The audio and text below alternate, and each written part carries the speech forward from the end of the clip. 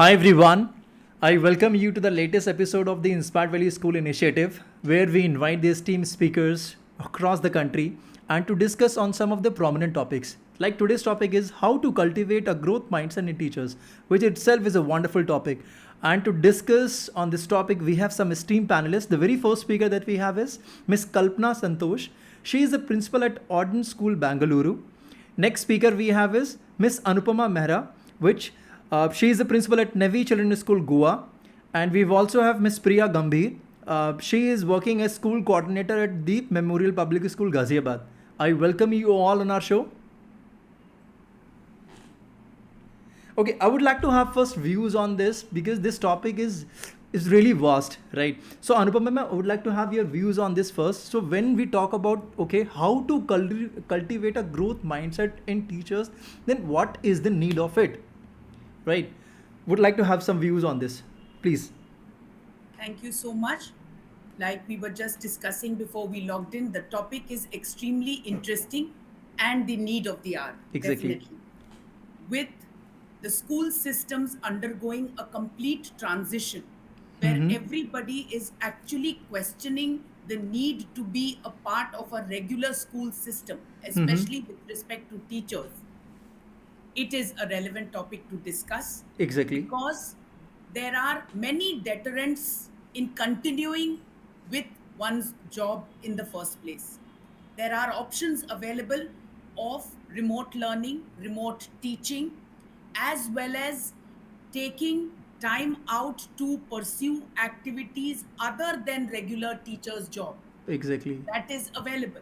So, in such times, to be able to continue in a school setup, in a school scenario with the same josh and the same input, it requires a growth mindset instead Exactly. of just getting up and going to work. It's a Exactly. challenge for the children as well as the teachers. That's why the Wonderful. need for the topic. Wonderful. And moreover, the kind of change that we are experiencing in today's world, that we have to have a growth mindset. Because if we are not growing, then we are going backwards, isn't it? We'd like to have views first with Miss Kalpana. Yes, you need to unmute yourself first, Miss Kalpana. Yeah.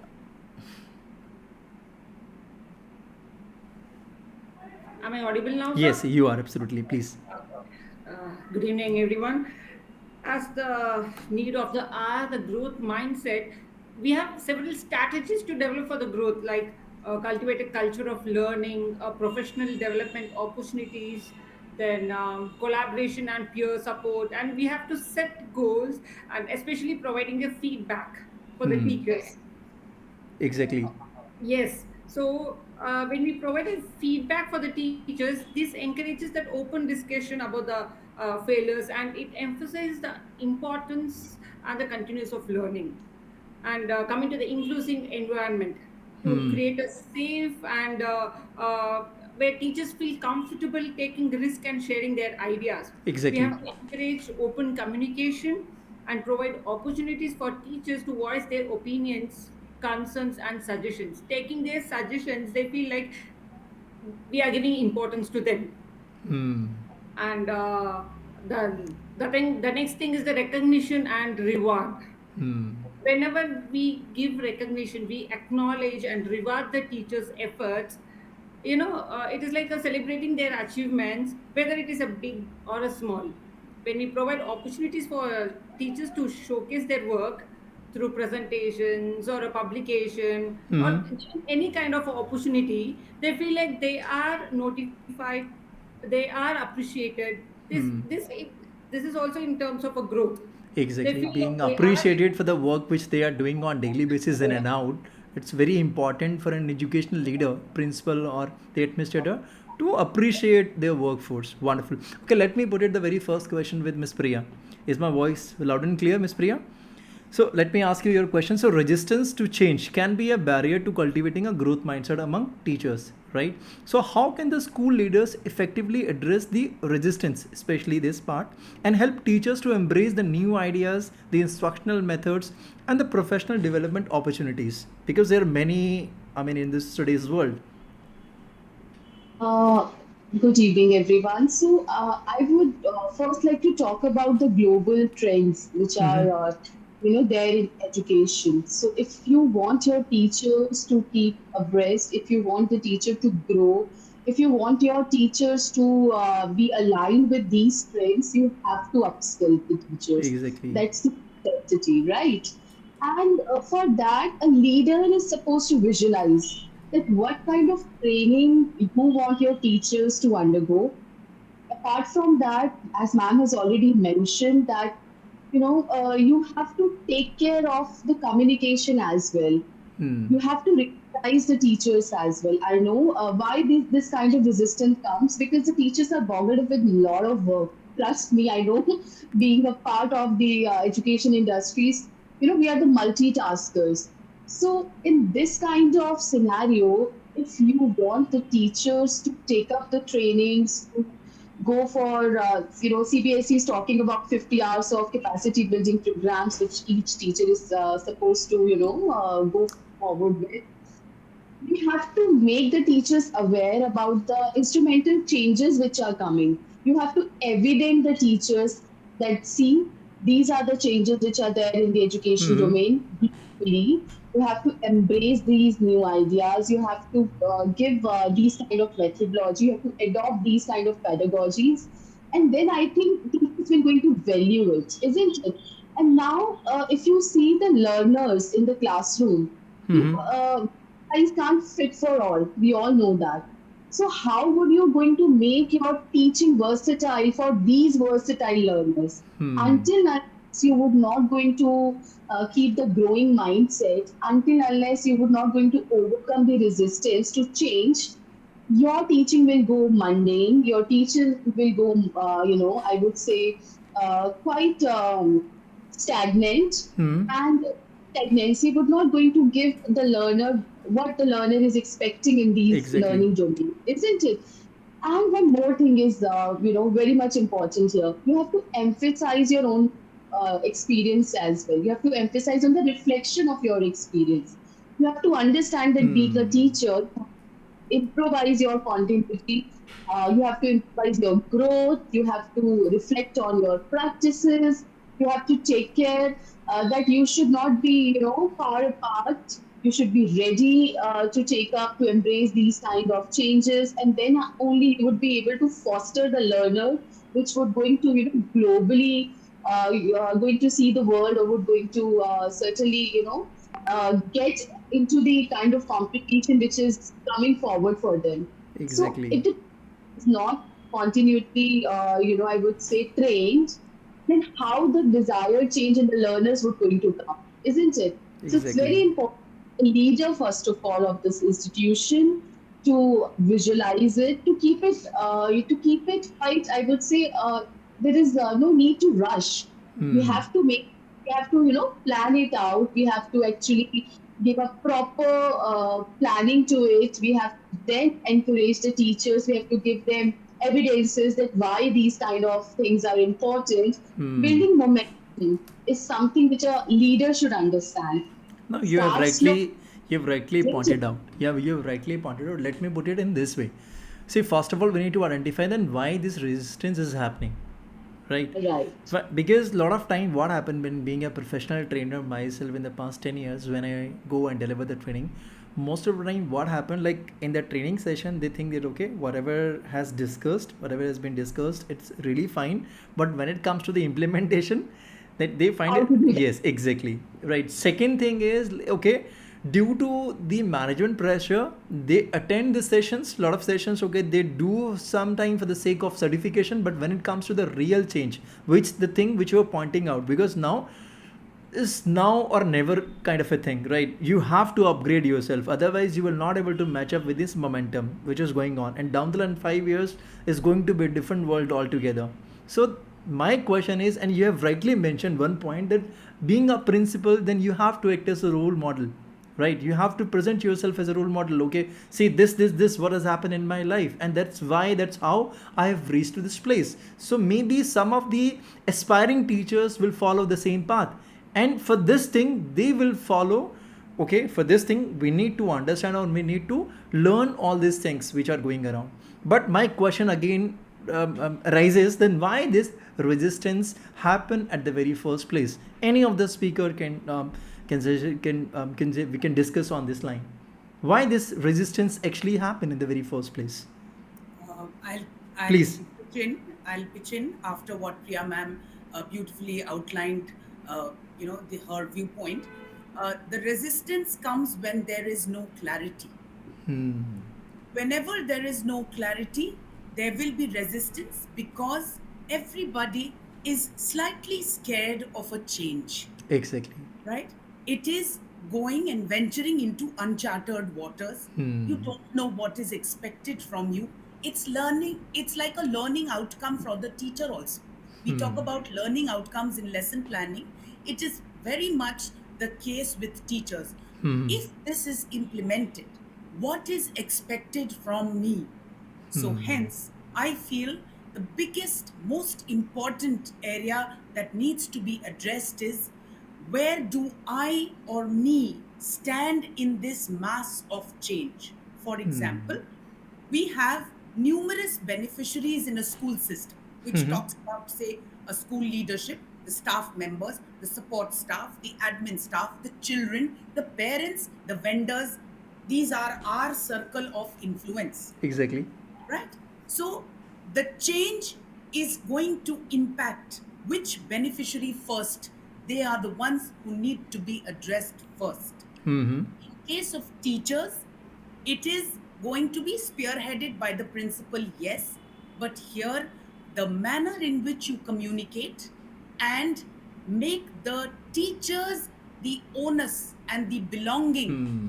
that's where the contribution will come in. The Hmm. moment you put them in the center of an achievement, there will be a sense of clarity, there will be a sense of ownership, and that's when you will be able to subtly introduce the change very beautifully. Number one. Number two, you have to be the flag bearer and the initiative taker. And thirdly, and not the last, you have to first listen to their viewpoint before telling them about what you feel. Hmm. So once these are done in a stepwise manner, I think any institution should be able to navigate the change. Wonderful, wonderful. Thank you. Yeah. Over to you, Miss Kalpana. Yeah. Please. Uh, Ma'am, as you said, introduce the change and we have to be flag bearers. Hmm. We will introduce a change. There are certain teachers who are so much afraid of, implementing. They are like completely focused. So and so implement. I mean, lesson plans. These have to be finished in a particular period of time. Now, Hmm. only focused on that, and they're like, they don't want to just come out of their comfort zone. It is like, when you don't come out of the comfort zone, you don't learn anything. Hmm. And It how happens. efficiently you implement this is my question. I would also like to add here, see, when Gulshan sir had already, mentioned the practical problem that yes, be it the compulsion, be it the pressure from the management side, teachers are supposed to undergo the trainings, right? But the real problem comes for the implementations. Until unless there will be a clear vision by the leaders about the training and its implementation, I think the teacher would going to be in a very dazed state. So the Hmm. important is that you create the space of implementation as well. So when you Hmm. are sending teachers for certain kind of training, to give them that visualization that where these trainings or these kinds of new methodologies were going to be implemented and how as a facilitator, as a guide, as a coach, she was going to bring the change which can be seen, which can be evident in the learner's growth. Being a teacher, as ma'am has already spoken about the outcomes, learning outcomes, now this is something which is very much pertaining in all fields. I would like to tell that from the initial of the session only, the teacher should be having her professional outcomes. Hmm. Is it by designing by the leaders would certainly going to make an effective training sessions? Not only that, you will see that how your teaching domain would going to change. Complete change would going to come over. I have undergone a good number of hours training under art integration. I'm art integration head also. I've been working with CBSE as well. So when I've implemented those changes in my own school domain, I have seen my growth, I have seen my teachers' growth, I've seen my school's growth. So practical implementation, the space for implementation, the vision by the leaders would certainly going to make these changes effective, and this will break the monotony and this resistance would going to be broken, Exactly, isn't it? exactly, exactly. Oh, wonderful. Let me ask another question with Ms. Kalpana, right?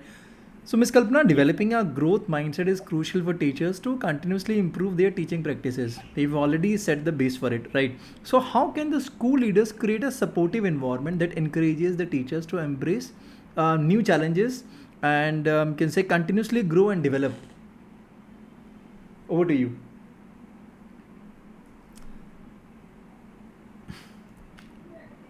Always. Now, Yeah, uh, please, please. yeah. So first is we should, as a leader, we should have a vision for our teachers, Hmm. creating a comfortable. First, we have to create a comfortable environment for them to learn. We There will be a mistakes happening. The mistakes are seen as an opportunities for the growth.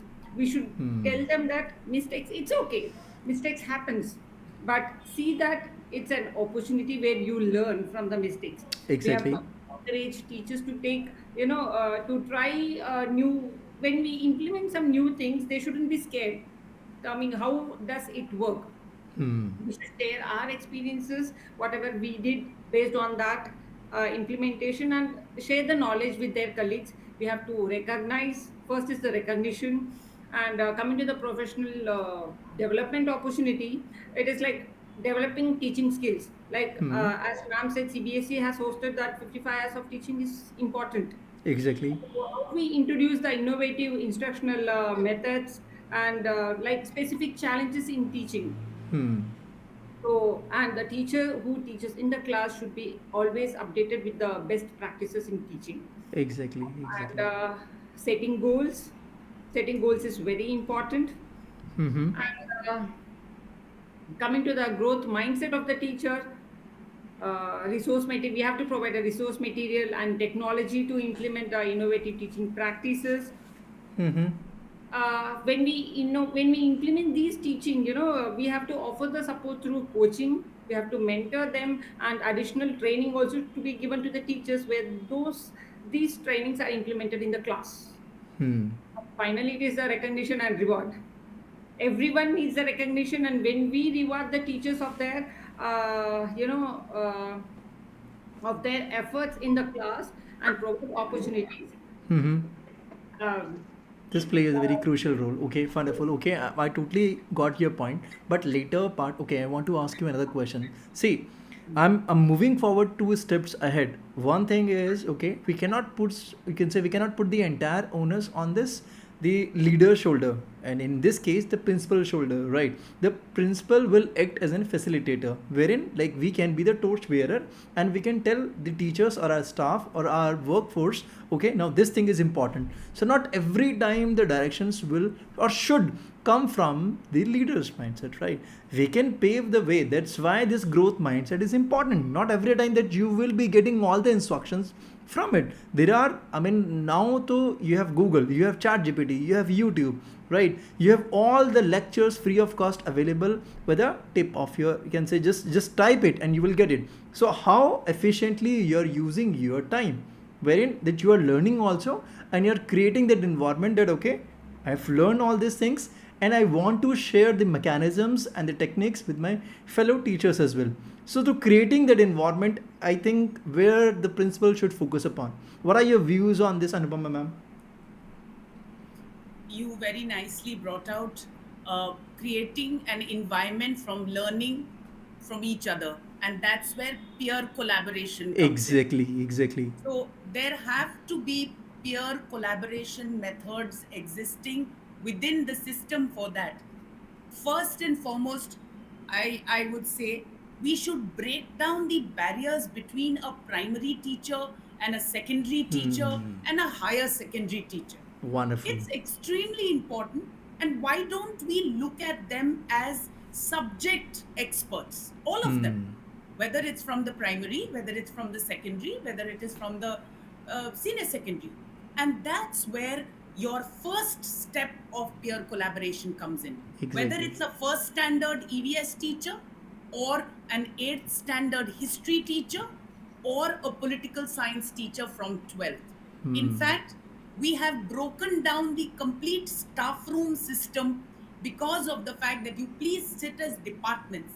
And that's where the maximum learning happens. Exactly. You are able to even judge the learning gaps. That if a child is coming from, say, class 5 to class 8 or 5 to 6, where are the gaps? From class 10 to 11, where are the gaps?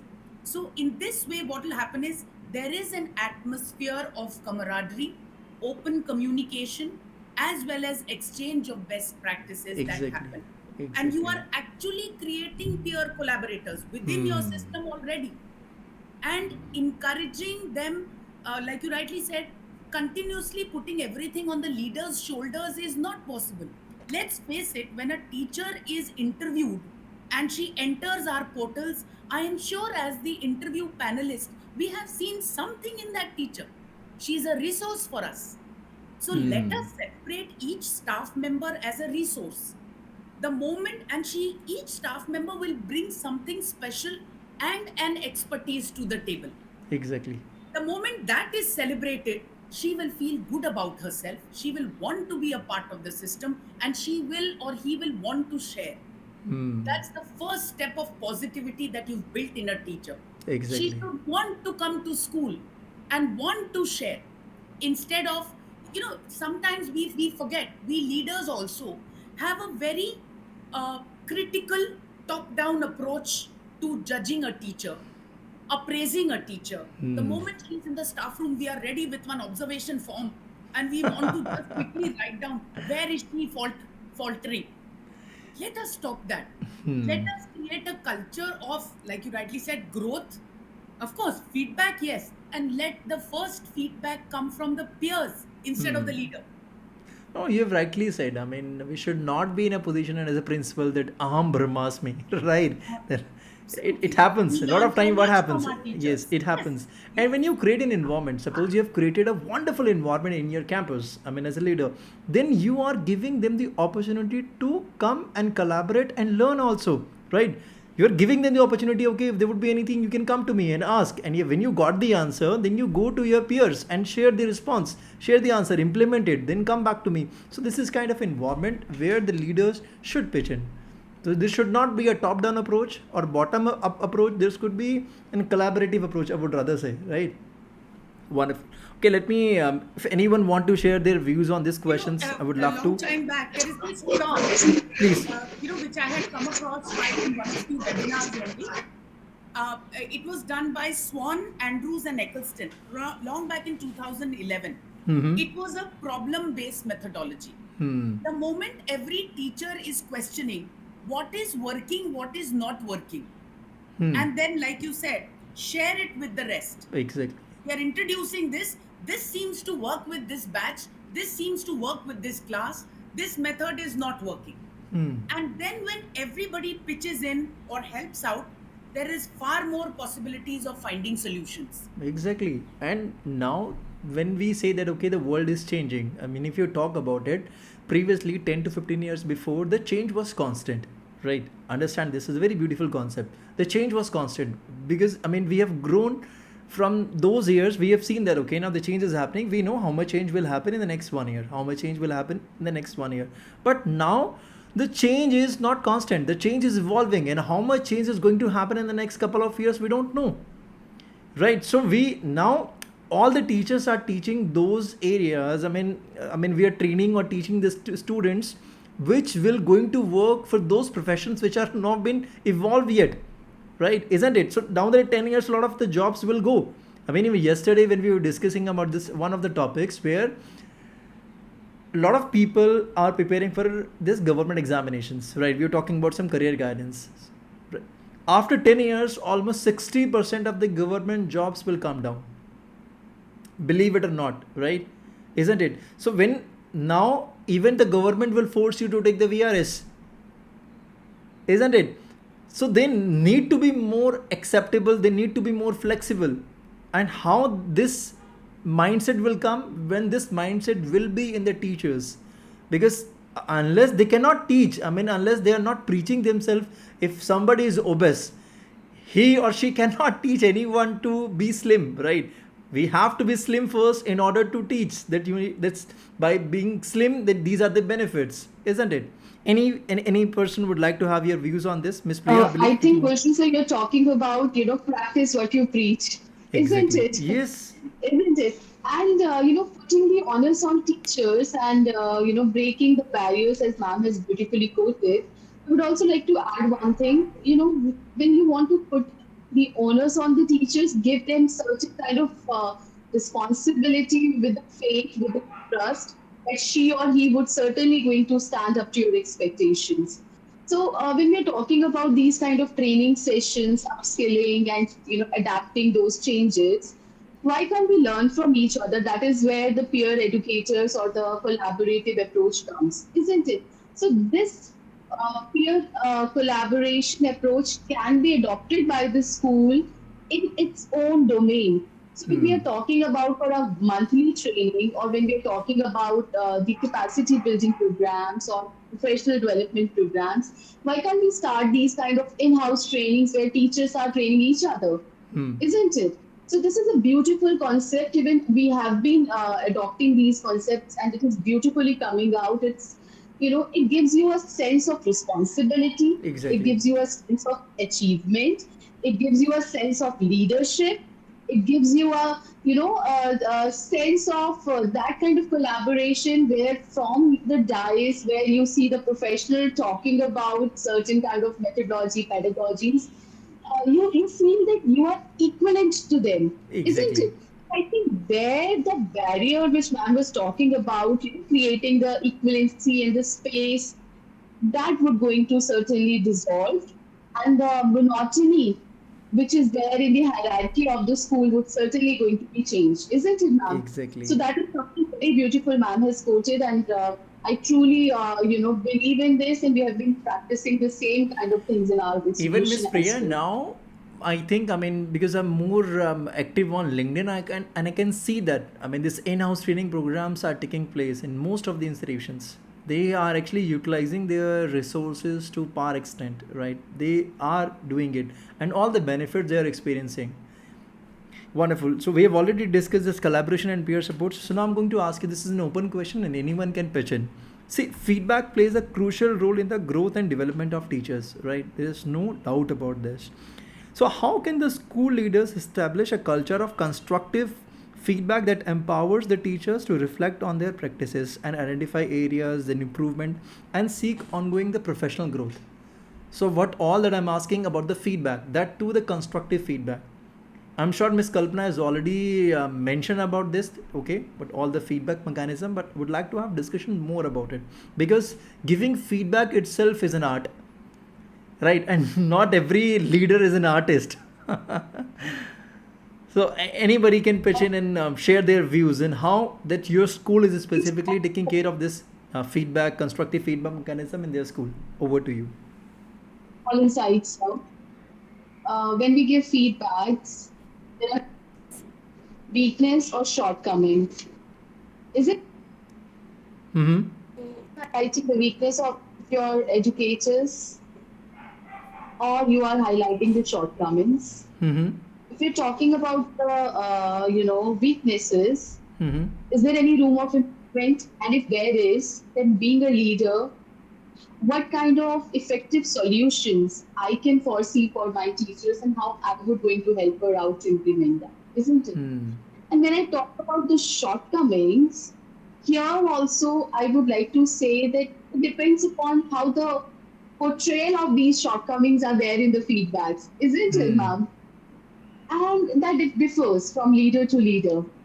Hmm. Okay, so there is a leader who would see that the teacher is having certain kind of shortcomings, or there is a teacher who is having certain kind of weaknesses, and how to come out from it, how to wade through from that, how Hmm. to so not only giving shortcomings in the feedbacks or the area of improvements, but effective solutions in the feedback is certainly important. Exactly. There's nothing, I mean, you will not get anything just pointing out the mistakes or pointing out the shortcomings. If you are giving the feedback, you need to give them the solutions as well. Perfectly. Over to you, Anupama ma'am. Would like to Uh, have your views on you know, this. it takes me back to a time when I was a primary teacher, and every time the principal's office wala bhaiya would come and say, "Ma'am wants to meet you," it used to send shivers down my spine. That why has ma'am asked to see me? I didn't want to do this myself at that point in time when I thought that this is not the kind of manner I would greet the teacher, or the teacher should not have that kind of a fear. Hmm. Jokes apart, this is just in a lighter vein. But like ma'am pointed out, how the feedback is given. Hmm. I feel there are a couple of manners in which feedback should even be done. First and foremost, feedback has to be the first step is a SWOT. A self assessment has to be primarily done. It Hmm. should be the first step of feedback. And then, yes, done by different agencies, people of expertise, heads of departments. That will come secondly. On a daily basis, when we do, just like we do portfolio management for children Hmm. and do anecdotal records for children, in the same way, I feel teachers can be observed in general in their most natural element. Hmm. I know an administrator mostly does not have time, but I feel we need to make time, and we Exactly. need to devote at least 1 or 2 hours in at least observing a teacher on a daily basis. Hmm. Why am I saying this? Because just to break a habit, sometimes a teacher may be doing something which she feels is the right thing to do, Hmm. but from an institutional norm it may not be. Exactly. So in that manner, for example, a very small minuscule thing is the dressing sense. Hmm. Very basic, very basic. Though I firmly believe that dressing does not measure the efficacy of a teacher, Hmm. but at the same time there are norms to be followed. Exactly. A teacher on a daily basis, if you feel, has shifted from the institutional norm. I am not saying a personal norm. I'm not saying that you have to be dressed a certain way. I'm Hmm. sure every institution has SOPs in place, Exactly. rules and regulations in place. So the moment the teacher digresses from that, the teacher should be checked right that day. Hmm. That's number one. Feedback has to be immediate, instant. Otherwise, 5 days down the line, oh, I saw you that day, you were doing this in your class. No, it has to be the very day. And I'm sure we don't have 100 eyes, but whatever we observe, feedback has to be immediate, documented, yes, and very, very free of any judgments. Hmm. And secondly, when you do the feedback, I follow it and it works. I never do it across a large principals table. Hmm. Never. So that the moment anyway the teacher enters a principal's office, she's, poor lady or poor gentleman, is wondering, what did I do wrong that she has called me? That kind of an approach. But sit the person down. Yes, you may have your paper pencil in place, Hmm. but Hmm. Hmm. also at the same time communicate and talk facts only. No Exactly. emotions. Hmm. You cannot ride emotionally onto your thinking about the teacher to correct the teacher about something that you have noticed in her classroom. The emotions know. Excellent communication where you are delivering only facts. First, also listen to the teacher's viewpoint before telling the teacher this is okay and this is not okay. Right? Hmm. This is where that is coming. And then your entire feedback at the end of the year, which you're doing as an annual appraisal, should be a collection of all these facts that you've put together. Hmm. One fine day you cannot get up and tell the teacher your teaching was not okay. Where did Exactly. we check her for the past 6 months? Have we ever checked her for these very things in the past 6 months? How many times have our classrooms been observed? How many Hmm. times have we been checked for a lesson? Is she participating in co-curricular activities? Is she taking initiative in these activities? Are her communication skills good? Are her TLQs in place, teacher like qualities? We cannot sit up at the end of 10 to 12 months of an academic session and tell the teacher you're not okay. It has to be a continuous process. Exactly. And when it is a continuous process, she tends to judge herself a little less harshly, and you also tend to judge the teacher a little less harshly. And Exactly. that's where she's at least able to grow, Hmm. minus the critical approach that sometimes leaders follow. No, I you believe in wonderfully it. you wonderfully explained the entire thing, and I'm sure all the teachers and all the leaders who are listening us and who will listen this thing, definitely they will apply. So all the leaders, one advice: do not get disheartened. Right, you have a lot of things to do in place. If you really want to give the feedback, that to be constructive one, that you really need to work hard, I mean, on your part, right? Any views from Miss Kalpana, or should I move on to the last section? Yeah. Uh, yes, sir. Even we have this observation sessions at school, and we give feedback in the kind of a sandwich method, where we first all the strengths first. Your class was excellent. You did that teaching aid. We loved it. First, put the strengths. Then, before putting the strengths, we'll ask her that how was the class? Is it you are satisfactory with your class? That is. Then the teacher, if she is genuine and she says, "Ma'am, I could have been done that. I missed that line." Oh, fine. ठीक है. Acha. Then we take first their suggestions, later, and feedback is a kind of a sandwich method. Yes. First Praise, positive. press, praise. Yes, yes. We do that. And we don't point out the mistakes are pointed in such a way that put butter, this could have been done better. See that you do this in this way rather than handling gently. I mean, handling harshly on students. Say like, yes, ma'am, we'll do that. So it And totally as depends. You have rightly said what Anupama ma'am said. That's also make complete sense, and that what you said about this sandwich method, that's also makes complete sense, because it totally depends upon person to person, even to leader, and the teacher to teacher. You cannot be very upfront with every teacher. You have to be sometimes being emotional or something. Okay, you can, because a lot of people, they have different personalities. So according to their personalities, they have to. I mean, as a leader, we need to adapt our approach accordingly. Okay, now we are moving on to the last section, which we call it a rapid fire round.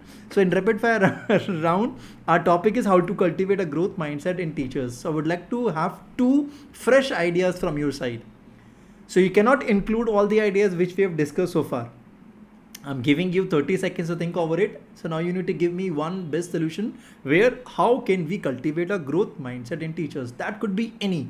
That could be any where this school the leaders can directly apply in their school and have the growth mindset and have good results from the teachers. Right? So I'm giving you 30 seconds to think over it. Do not discuss in length. You just need to give me the point. Right?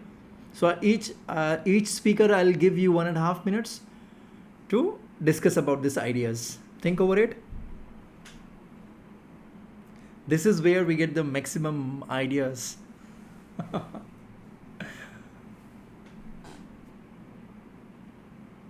First, I'll go to Anupama ma'am, then Miss Kalpana, then Miss Priya. Whenever you're ready, Anupama ma'am, yes. So the first most important thing is to develop a small group of peer collaborators. Step one. Wonderful. Peer collaborators, and who will actually be like a core team of the best. And here we have to look at IQ as well as EQ both. You have to have emotionally stable people, and you have to have intelligence quotient also, the best in their subjects. And here could be senior and junior teachers both. So here we all need to set up peer collaborators, point of contact in a school. That's the first step. I feel that is very, very important. And Wonderful. secondly, micro teaching must happen in all schools. The best practices get shared like that. So peer collaboration and micro teaching. Micro teaching. Wonderful. Wonderful. There's a lot to be done in both the areas, but again, there are good two suggestions. Definitely, if they can be implemented well, rightly, then we'll definitely get good results in the longer term. Yes. Over to you, Ms. Kalpana.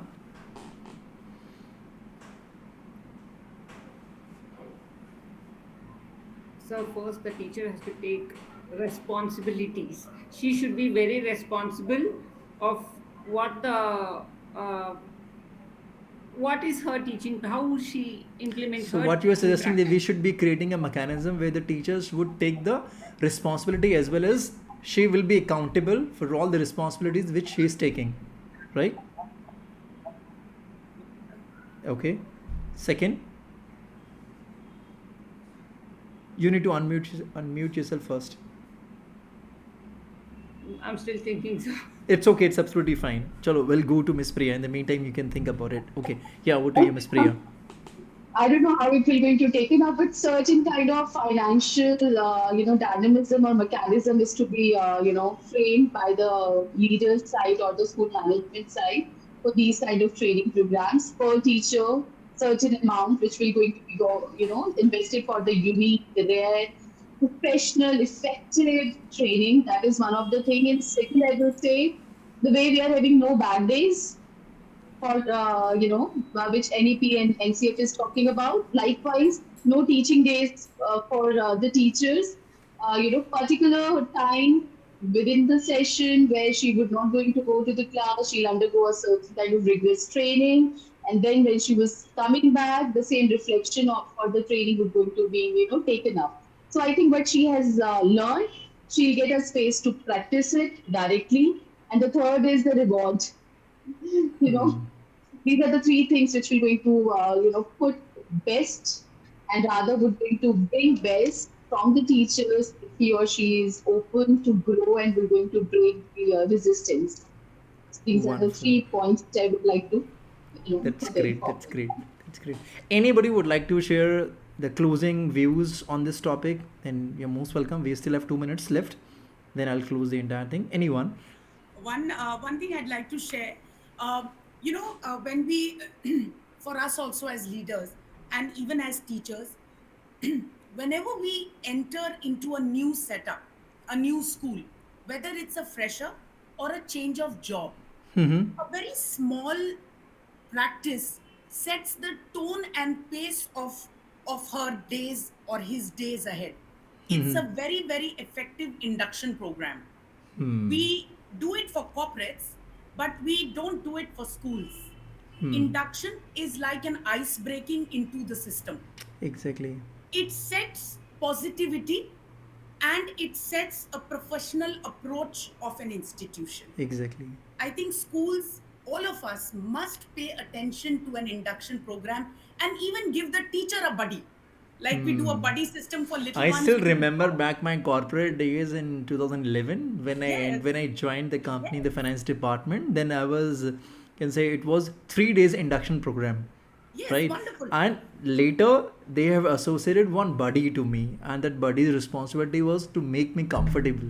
And believe Yes, me, like I really liked it. I really liked this company, and still we are in touch. So yes.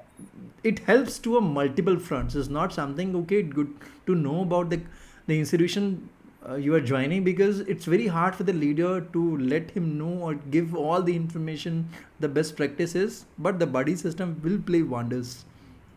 A teacher comes, any educator, any mentor, they all come from different walks of life, Exactly. different families, different dynamics of their families. Somebody is traveling so far, somebody may have ailing parents, some may have all kinds of issues. But the workplace where you have to come day after day after day without a growth mindset and positivity will not survive. Exactly. And the tone, tenor, pace of the days to come will be set by the school system, the school leadership, and the administration. Exactly. Right? So, a very fact when she's greeted every morning by "Welcome to Navy Children's School, Goa," with a smile. Imagine the vibe. Imagine the positivity that you as a leader are spreading. Come on, Hmm. let's show you around, or let's Hmm. introduce you to your department. Hmm. Even if a leader takes 2 minutes to step out of her office and hand her over to her HOD Hmm. or the academic coordinator, it marks the principal herself did that for me. Right? Hmm. A small thing. It's a very small thing, but believe me, it works one. It, Come, I'll walk with you. yes, it Come, I'll creates have a cup wonders. of Yes. coffee with you. Hmm. It makes a difference. So I feel these little things, once you are triggered slightly emotionally, to be wanting to come to your workplace every day is beyond textbooks, is sometimes beyond a degree also. I believe that. So she's already here because of her degree and educational qualification, right? But Exactly. how will you help her settle or him settle? It helps, It believe helps. me. It do helps. I think Again. celebrating tips and celebrating her accomplishments and making her feel special. And for this, the onus is on the leaders. And you have to again trigger a little emotion with all your facts. I think that ways what we are expecting from the teachers would be delivered at its best, isn't it? Wonderful, wonderful. And ma'am, as you said, that induction program before the school starts, that 15 days or the 20 days of induction program, where we showcase what and all happens in the school in the glimpse or the gist, and later as well as buddy system also. And we also keep that talent show for the teachers and storytelling, everything. They enjoy that induction program too. They will be groomed before they enter into the class. Hmm. It happens. It happens. Again, thank you everyone, Anupama ma'am, Kalpana Miss Priya, for sharing your lovely insights. I'm damn sure that our audience, all the people that who will listen this webinar, that will be delighted, and definitely they'll work hard to improve their growth mindset. Right. So again, on the behalf of the entire team of Inspired Valley, I thank you everyone for sharing your wonderful insights on this topic. Thank you everyone.